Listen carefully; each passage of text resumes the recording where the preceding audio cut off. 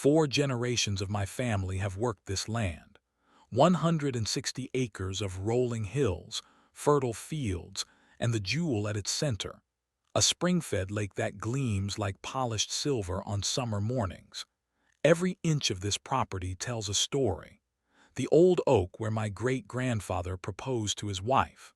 The north field where Grandpa taught me to drive a tractor when my legs could barely reach the pedals. The weathered red barn that has sheltered animals and equipment through 97 harsh winters. Our homestead sits nestled against the western shore of the lake, a sturdy 2-story farmhouse with a wraparound porch where Grandpa still takes his coffee every sunrise. At 82, his body moves slower than it once did, but his mind remains sharp as the hunting knife he keeps in his pocket. His calloused hands have shaped this land, just as the land has shaped him, unyielding, principled, patient but firm. I moved back after college to help manage the farm. The agricultural economy is not what it once was, but we make enough to keep the land in the family. That matters more than money ever could. Grandpa taught me that stewardship passes from generation to generation. "We do not own this land," he would say, looking out over the fields. "We are merely its caretakers for a brief time." The trouble began 2 years ago when developers purchased the 300 acres bordering our eastern property line. Almost overnight, bulldozers carved up rolling pastures that had once belonged to the Wilsons, a farming family forced to sell after 3 bad seasons. The developers called their new subdivision Lakeside Estates, though they had no actual lake frontage. That did not stop them from advertising our lake as a scenic view amenity in their glossy brochures. The first letter arrived 6 months after the model homes went up, cream-colored stationery with an embossed letterhead reading Lakeside Estates Homeowners Association. They requested a meeting to discuss mutually beneficial community aesthetics policies. Grandpa read it aloud at the dinner table, then set it aside with a grunt. "City folks bringing city problems," was all he said. Being neighborly people, we agreed to meet their representatives. 3 of them came one Tuesday afternoon, a real estate lawyer in an expensive suit, the developer in a polo shirt with the subdivision logo, and a woman named Patricia who introduced herself as the community standards liaison. They sat stiffly on our porch furniture, declining homemade lemonade and eyeing our property with barely disguised assessment. "We hope you understand that our homeowners have invested considerably in their properties," the lawyer explained. "Certain aesthetic standards must be maintained to protect their investments." Grandpa leaned forward in his rocking chair. "This land predates your development by over a century. We will continue to use it as we always have." Their first request seemed innocent enough. Could we move the old John Deere tractor that sometimes sat near the property line? It was visually disruptive to homeowners who had paid premium prices for unspoiled rural views. Grandpa laughed, not unkindly. "That tractor works this land every spring. It stays where it is convenient for us to use it." They smiled and nodded, but something in their eyes reminded me of coyotes circling a chicken coop. The lawyer made notes in an expensive leather portfolio. As they left, Patricia turned and said something that should have warned us. "We are very good at helping properties integrate with community standards. Everyone comes around eventually." Grandpa watched their shiny car disappear down our gravel drive. "Put up new no trespassing signs tomorrow," he told me quietly. "All along the eastern boundary. I do not trust people who think they can buy the view but control the land." Autumn turned to winter, winter to spring, and with each changing season, the letters from Lakeside Estates HOA grew more frequent and their demands more absurd. "Your hay storage is unsightly. The farm equipment creates excessive noise during designated quiet hours. Animal odors are affecting property values." Each letter came on increasingly official-looking stationery, with citations of HOA bylaws that had absolutely no jurisdiction over our property. Grandpa responded to each with brief, polite letters explaining that as we were not part of their development, their regulations did not apply to us. He was unfailingly courteous but unmovable. I admired his restraint. My own letters would have been considerably less diplomatic. In May, Lakeside Estates elected a new HOA president. Karen Johnson had moved from a wealthy suburb of Chicago and brought with her very specific ideas about how country living should look. She was in her 40s, with an expensive blonde haircut that never seemed to move in the wind and a perpetual expression like she was smelling something unpleasant. Our first encounter occurred when I was mending fence along the property line. A silver Mercedes SUV pulled up on their side, and Karen emerged wearing designer boots that had clearly never touched mud. She did not introduce herself or even offer a greeting. "That shed needs to be painted," she said, pointing to our equipment building. "The peeling paint is visible from 3 of our premium lots." I straightened up, pushing my hat back. "Good afternoon to you too. That building has weathered just fine for 30 years. We will paint it when it needs it, not for cosmetic reasons." Her eyes narrowed slightly. "I do not think you understand. Our community covenants clearly state that all structures visible from the development must maintain certain standards." "Those covenants apply to your development, not our farm," I replied. "We are not members of your HOA." "That is becoming a problem," she said, almost to herself. Then louder, "We will be in touch." The following week, we caught 2 HOA board members walking through our east field with measuring tape and clipboards. When confronted, they claimed they were just getting some fresh air, despite being a quarter-mile from the property line, and making notes about our barn placement. Grandpa escorted them back to the boundary, firmly but politely explaining the concept of trespassing. That was when we installed the cameras. Not the obvious kind mounted on posts, but small trail cameras hidden in trees and brush along likely entry points. The footage we collected over the next month was infuriating. HOA representatives entering our property regularly, measuring distances from our buildings to their sightlines, taking photos of equipment, even inspecting our irrigation system. One evening, as summer approached, Grandpa brought a stack of printed photos to the dinner table. "They have been moving our boundary stakes," he said quietly, showing images of 2 men in Lakeside Estates polo shirts pulling up our property markers and repositioning them several feet onto our land. "That is illegal," my mother said, concerned. "We should call the sheriff." "Not yet," Grandpa replied. "First, I want to speak with them directly. Give them one more chance to act like decent neighbors."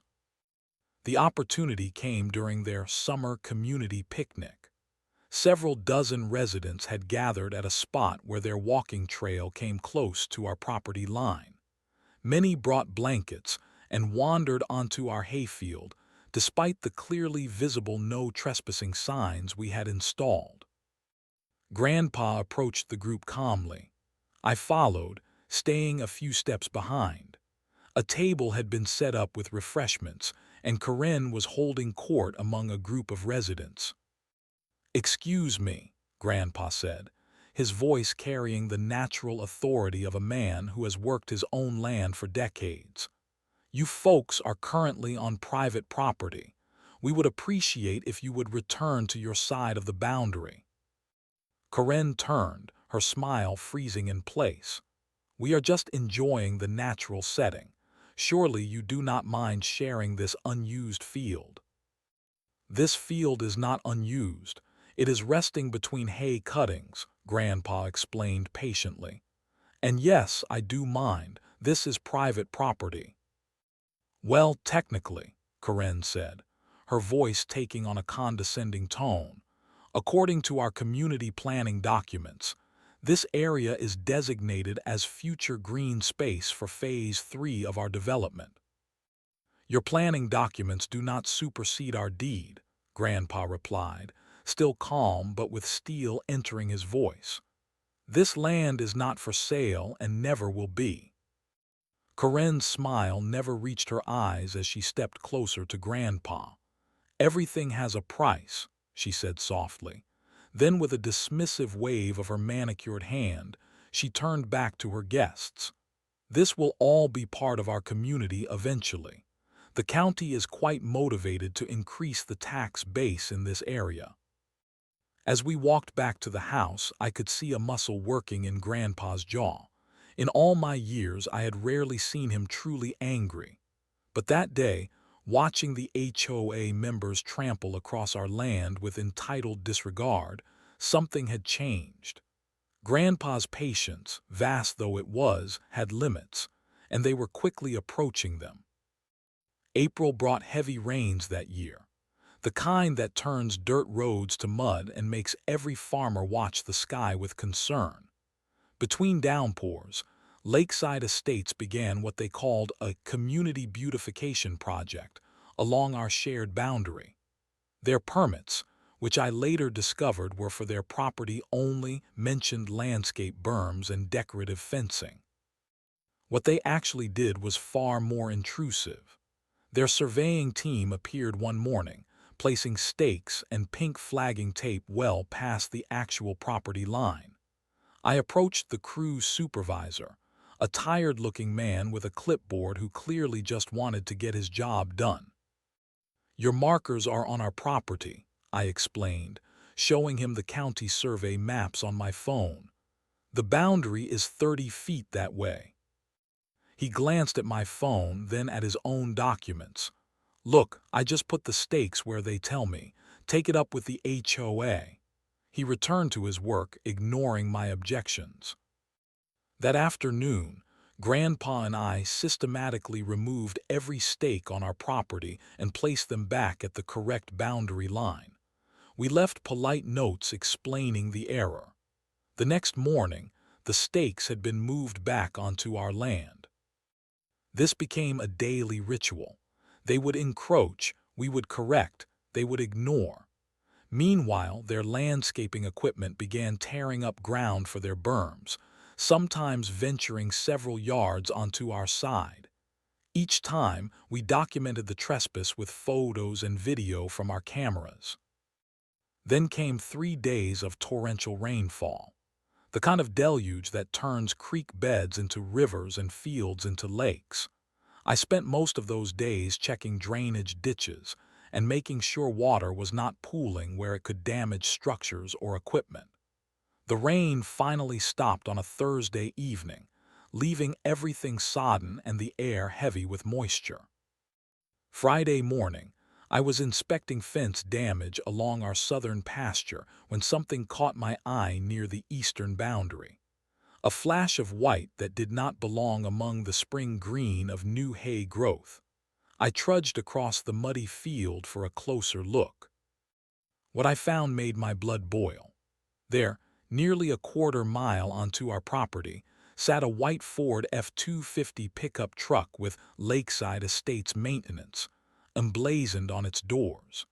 It had sunk up to its wheel wells in our soft field, deep ruts showing where it had driven far past the boundary line before becoming hopelessly stuck in the mud. They had driven straight through our newly planted hay field. The seedlings we had carefully planted were now torn up and ruined, representing thousands of dollars in lost crop and months of wasted work.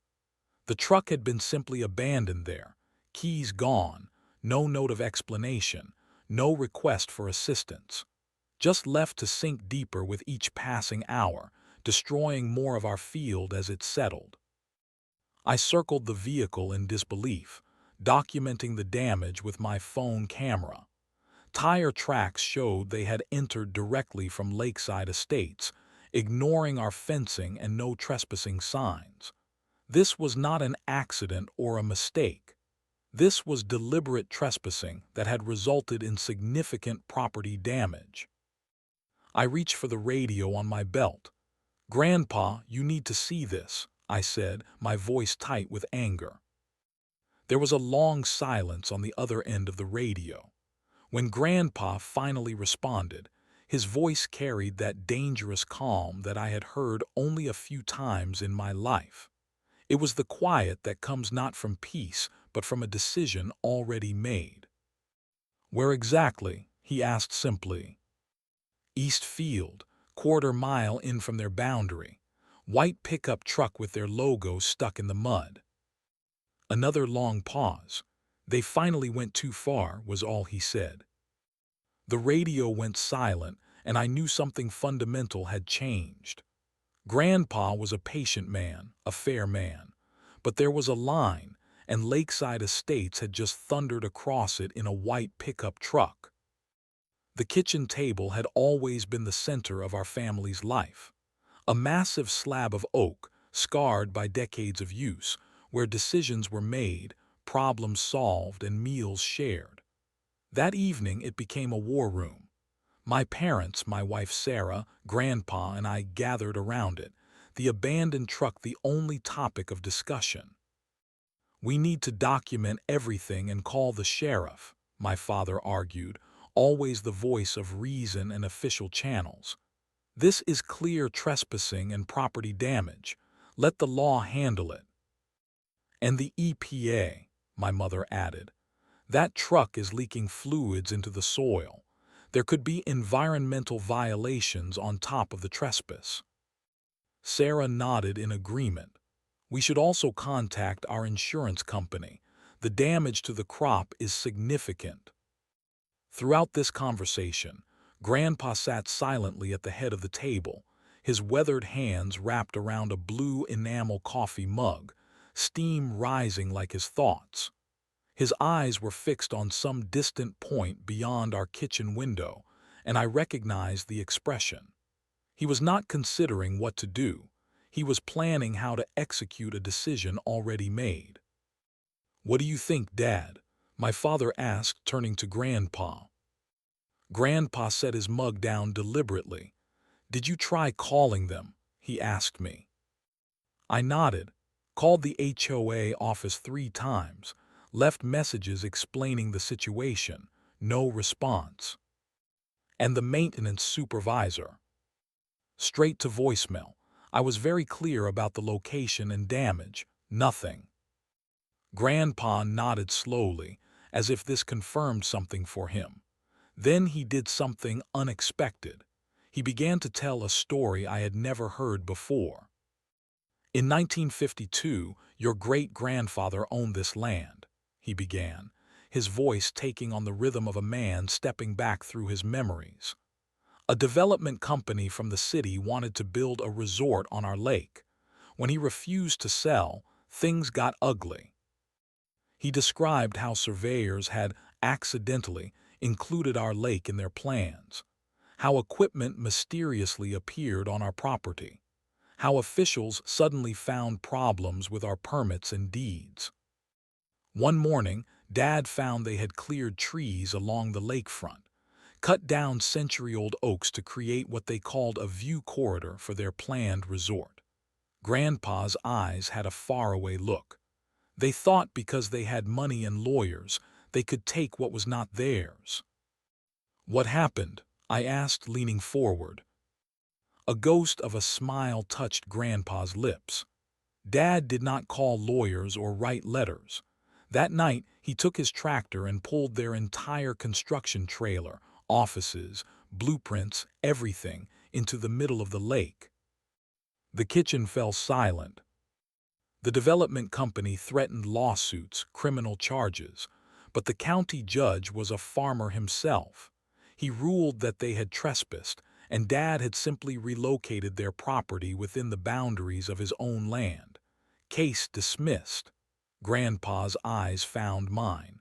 "Some people only understand one language." With that, he pushed his chair back and stood up. "I will be in the equipment barn." I followed him outside into the cool evening air. The equipment barn was Grandpa's domain, a cathedral of tools and machinery maintained with religious devotion. He walked directly to our largest tractor, a John Deere 8R that we primarily used for the heaviest field work. Without a word, he began a methodical inspection, checking hydraulic fluid levels, testing the power takeoff, examining the hitching system. I knew better than to interrupt his work, instead silently helping where I could. When he moved to the storage area and began sorting through heavy-duty tow chains, the kind we used for pulling out tree stumps, I finally understood his intention. "You are going to pull out the truck," I said. It was not a question. "I am going to relocate their property," he corrected without looking up, selecting a 20-foot length of chain with links thick as my thumb.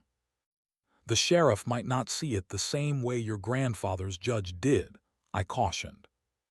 "Perhaps." He continued his preparations unhurried, but some lessons need teaching regardless. While Grandpa worked on the tractor, I tried one last time to reach the HOA. I called every board member individually, leaving detailed messages explaining the situation and the damage. I emphasized the urgency, mentioning environmental concerns from the leaking fluids. No one called back. The message was clear: our problems were not their priority. As evening shadows lengthened, we sat together on the porch, the day's work done, tomorrow's plans set. Grandpa was unusually talkative, philosophizing about property rights, respect between neighbors, and the occasional need for dramatic lessons. "You know," he said, watching the sunset paint the sky in fiery colors, "a boundary is not just a line on a map. It is an agreement between people. When one side stops respecting it, words rarely solve the problem." He rocked quietly for a moment before adding, "Sometimes, you have to speak in terms that cannot be misinterpreted or ignored." The weathered boards of the porch creaked beneath his rocking chair, a sound as familiar to me as my own heartbeat. Stars began appearing in the darkening sky, and I knew that tomorrow would become part of our family legend, another story told around this same porch for generations to come. Dawn arrived with a gentle mist hovering over the fields, the world soft-edged and quiet in the early light. I awoke to the smell of coffee and bacon, finding Grandpa already dressed in his work overalls and heavy boots at the kitchen table. He ate methodically, the same breakfast he had taken for decades before important work days: 3 eggs, 4 strips of bacon, toast with homemade jam, and black coffee strong enough to stand a spoon in. We ate in companionable silence, broken only by the occasional clink of forks against plates or the quiet sip of coffee. No discussion was needed. The plan had been set. My wife Sarah watched us from the doorway, concern etched on her face, but knowing better than to suggest alternatives now that Grandpa had made his decision. "Be careful," was all she said, placing a hand briefly on my shoulder as we rose from the table. Outside, the morning air was cool against my face, heavy with the scent of wet earth and growing things. Dew clung to every surface, sparkling like scattered diamonds in the strengthening light. Grandpa walked with purpose toward the equipment barn, his stride measured but deliberate, the slight limp from his old football injury barely noticeable. The John Deere 8R tractor waited like a slumbering giant, its green and yellow paint glowing in the dim light of the barn. This was not casual equipment. At 300 horsepower, it was designed to pull multi-bottom plows through the most stubborn soil. Today it would serve a different purpose. Grandpa climbed into the cab with practiced ease despite his 82 years, his movements fluid from decades of repetition. The massive diesel engine roared to life with a sound that vibrated in my chest, blue-black exhaust puffing from the stack before clearing as the engine warmed. I secured the heavy chains to the rear hitch, making sure the connections were solid. This was not a job where equipment failure would be acceptable. We moved across the field slowly, the giant tires leaving shallow impressions in the soft ground. Neither of us spoke. Words seemed superfluous now, drowned by the engine's rumble and the gravity of what we were about to do. As we approached the eastern field, I could see the white HOA truck still mired in mud, looking starkly out of place against the green landscape. Overnight, it had sunk deeper, as if the earth itself was trying to swallow this unwelcome intruder. Mud now reached halfway up its wheel wells, and water had pooled in the deep ruts carved by its tires. The damage to our field was even more apparent in the morning light, a swath of destroyed crops stretching from the boundary line to where the truck now sat. Grandpa positioned the tractor with surgical precision, backing up to the truck's front end. I jumped down from the cab and waded through ankle-deep mud to secure the chains to the truck's frame. The cold muck soaked through my boots, but I focused on making sure the connection was solid. This vehicle would be moving today, one way or another. Finding secure attachment points beneath the mud-caked chassis, I wrapped the chains around the truck's frame in two places, creating redundant connections. Testing the tension with a firm pull, I signaled to Grandpa with a thumbs up. "All set," I called over the diesel's rumble. Grandpa nodded once and engaged the hydraulics. The chains drew tight with a metallic groan, and for a moment nothing happened. Then, with a sucking sound audible even over the tractor's engine, the truck began to rise from its muddy grave. Water and earth cascaded from its undercarriage as it emerged reluctantly from the hole it had created, like some mechanical creature being born. Once free of the mud suction, the truck moved more easily, bouncing and sliding behind the tractor like a reluctant child being dragged from a playground. Grandpa drove with methodical precision, taking a route that avoided the worst of the mud while maintaining a steady pull on our cargo. I walked alongside, occasionally checking the chain connections or signaling adjustments to our path. We had traveled perhaps 100 yards when I noticed movement on the access road that ran along our property line. Word had spread somehow. Pickup trucks were pulling up, farmers and ranchers from neighboring properties gathering to witness what was happening. Old man Peterson was there, leaning on his fence with his son. The Ramirez family from the dairy farm to the south. Even Sheriff Davis's personal truck was parked at a discreet distance, though he remained inside, apparently finding something very interesting to watch on his dashboard. No one approached or interfered. They simply watched, many with barely concealed smiles or approving nods. This silent audience understood what was happening and why. Every one of them had dealt with city developers encroaching on agricultural land, with outsiders who brought their urban expectations to rural realities. The procession continued methodically toward the lake, our lake, where generations of our family had fished and swam. The shoreline was reinforced at the boat launch, creating a gentle slope into the water that we had used for a century to launch small fishing boats. Grandpa drove straight toward this launch, never hesitating or slowing. The gathered crowd fell silent as the tractor reached the water's edge, then continued forward. The HOA truck hit the water with a splash, creating first small ripples, then larger waves as momentum carried it deeper. Water rose quickly around the white vehicle, to the bumper, then the hood, then the windows. Grandpa continued forward until the truck was fully submerged, with only bubbles rising to mark its position. Only then did he stop the tractor, the engine idling as we both watched the last bubbles break the surface of the lake. With practiced movements, Grandpa disconnected the chains, letting them splash into the shallows where we could retrieve them later. The truck was now invisible beneath the water, settled on the lake bottom approximately 30 feet offshore. Without a word, Grandpa put the tractor in gear and drove back toward the shoreline. As we emerged from the water, a spontaneous cheer erupted from the gathered neighbors. No one approached us directly. This was not a celebration, but the sentiment was clear in their faces. This was justice of a sort they all understood.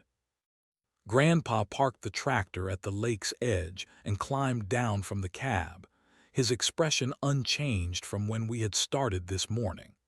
He stood looking out over the water, which was already settling back to its usual mirror-like calm, betraying no evidence of what now rested beneath its surface. "Now we wait," he said simply. We did not wait long.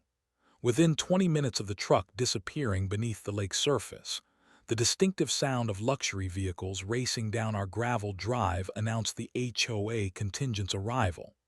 3 SUVs, a Mercedes, a BMW, and a Range Rover skidded to a dramatic stop, kicking up clouds of dust that drifted across the gathered crowd of neighbors who had wisely moved to higher ground to watch what would happen next. Karen was first out of her vehicle, face already contorted with rage, designer heels immediately sinking into the soft earth near the lake.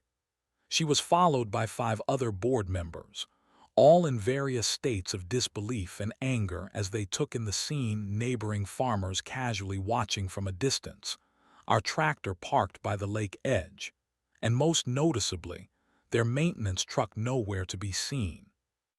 "Where is it?" Karen shouted, marching toward Grandpa who remained calmly seated on the tractor. "Where is our truck?" Grandpa gestured vaguely toward the lake. As if on cue, a few bubbles rose to the surface, popping quietly in the morning stillness. Karen's mouth opened and closed several times before words emerged. "You are going to prison for this," she finally screamed, pulling out her phone and beginning to record. "This is criminal destruction of property. That truck cost $50,000. The other HOA board members flanked her, a chorus of outrage. A balding man in a golf shirt was already on his phone, apparently calling the police. A woman in expensive athleisure wear was taking photos of the lake and shouting about environmental violations. The cacophony of threats swirled around us: lawsuits, criminal charges, financial ruin, jail time. Throughout it all, Grandpa sat unmoved. Finally, he climbed down from the tractor with deliberate slowness, removed his work gloves, and stood facing the group. Something in his posture, the straight-backed dignity of a man who has worked his land for decades, caused a momentary lull in their tirade. "Your truck," he began, his voice even and carrying across the now silent gathering, "was illegally trespassing on my property. It destroyed approximately 2 acres of hay crop and leaked fluids into my soil. I simply relocated it to another part of my property." Karen stepped forward, finger jabbing the air inches from his face. "You do not get to decide what happens to our property, you crazy old man. We will sue you for everything you own." "Actually," Grandpa replied calmly, "landowners in this county have the right to remove trespassing vehicles at the owner's expense. County Ordinance 472, if you would like to look it up."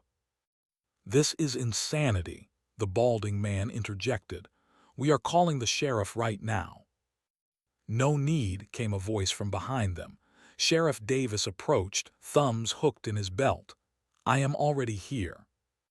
The sheriff was a compact man with a no-nonsense demeanor who had served the county for nearly 20 years. Behind him walked County Commissioner Bailey, a woman who had grown up on a cattle ranch and understood rural property issues better than most. "Sheriff, arrest this man immediately," Karen demanded. "He intentionally destroyed HOA property." Sheriff Davis surveyed the scene thoughtfully. "Before we start throwing around terms like arrest, I would like to understand the situation." He turned to Grandpa. "Mr. Thompson, do you have documentation of the trespass?" Grandpa nodded, and I stepped forward with my phone, showing the sheriff photos and video of the truck abandoned on our property, clearly well past the boundary line, along with the damage to our field. Commissioner Bailey had produced property maps on her tablet and was comparing them to the physical markers. After a few minutes of silent assessment, she looked up. According to county records, the vehicle was approximately 1,000 feet inside private property when it was abandoned. The vehicle was clearly trespassing, Sheriff Davis stated, reviewing our documentation. And county ordinance does give property owners the right to remove trespassing vehicles at the owner's expense. "Remove, not destroy," Karen nearly screamed. "It is not destroyed," Grandpa replied evenly. "It is relocated underwater, on my property." The sheriff suppressed what might have been a smile. "Mr. Thompson, while your interpretation of the ordinance is creative, I cannot endorse sinking vehicles in lakes, even on private property." "Of course not," Grandpa agreed reasonably. "We will have it removed promptly, at the HOA's expense, as the ordinance specifies for trespassing vehicles."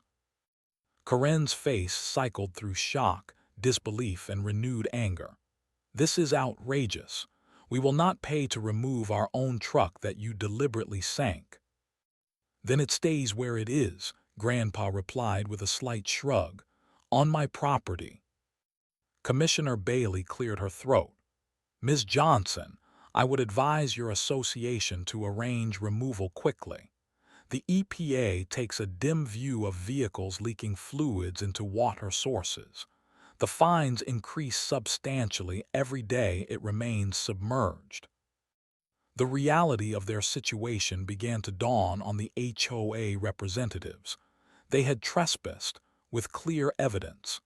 They had damaged crops. Now their vehicle was creating potential environmental violations. Their legal position was deteriorating by the minute. "This is not over," Karen hissed, backing toward her Mercedes.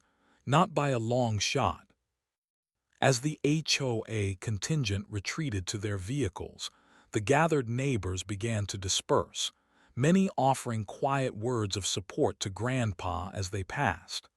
Sheriff Davis lingered a moment longer.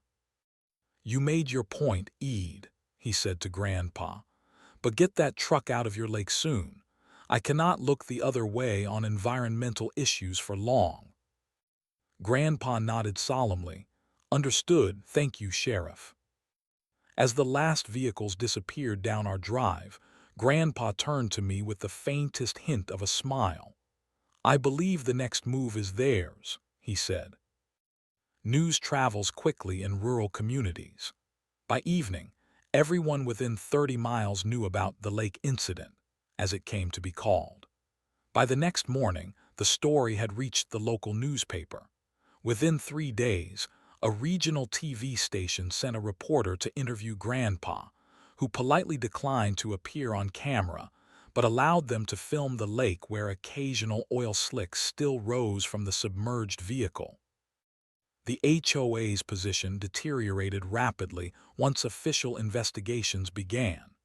The county building department discovered they had been operating without proper permits for their beautification project. The survey office found evidence that property markers had been deliberately moved. Most damaging of all, the Environmental Protection Agency took a keen interest in the fuel and fluids now leaking into a natural watershed. Under mounting legal pressure, the HOA contracted a professional dive and recovery service to extract the truck from our lake. The operation became something of a local spectacle. Dozens of cars lined our access road as the massive recovery crane hoisted the dripping, mud-covered vehicle from the water. Someone brought a barbecue grill. Another neighbor set up a table selling lemonade. The atmosphere was oddly festive, like a community picnic centered around an act of rural justice. Karen and the HOA board members were notably absent during the recovery, sending representatives instead. The cost, I later heard, exceeded $20,000, far more than if they had simply hired a tow truck when the vehicle first became stuck. The truck itself was a total loss. Water had destroyed the electrical systems, and mud had infiltrated the engine. Their insurance company initially denied the claim upon learning the circumstances, though I believe they eventually reached some settlement. More remarkable than the physical aftermath was the social change that rippled through our community.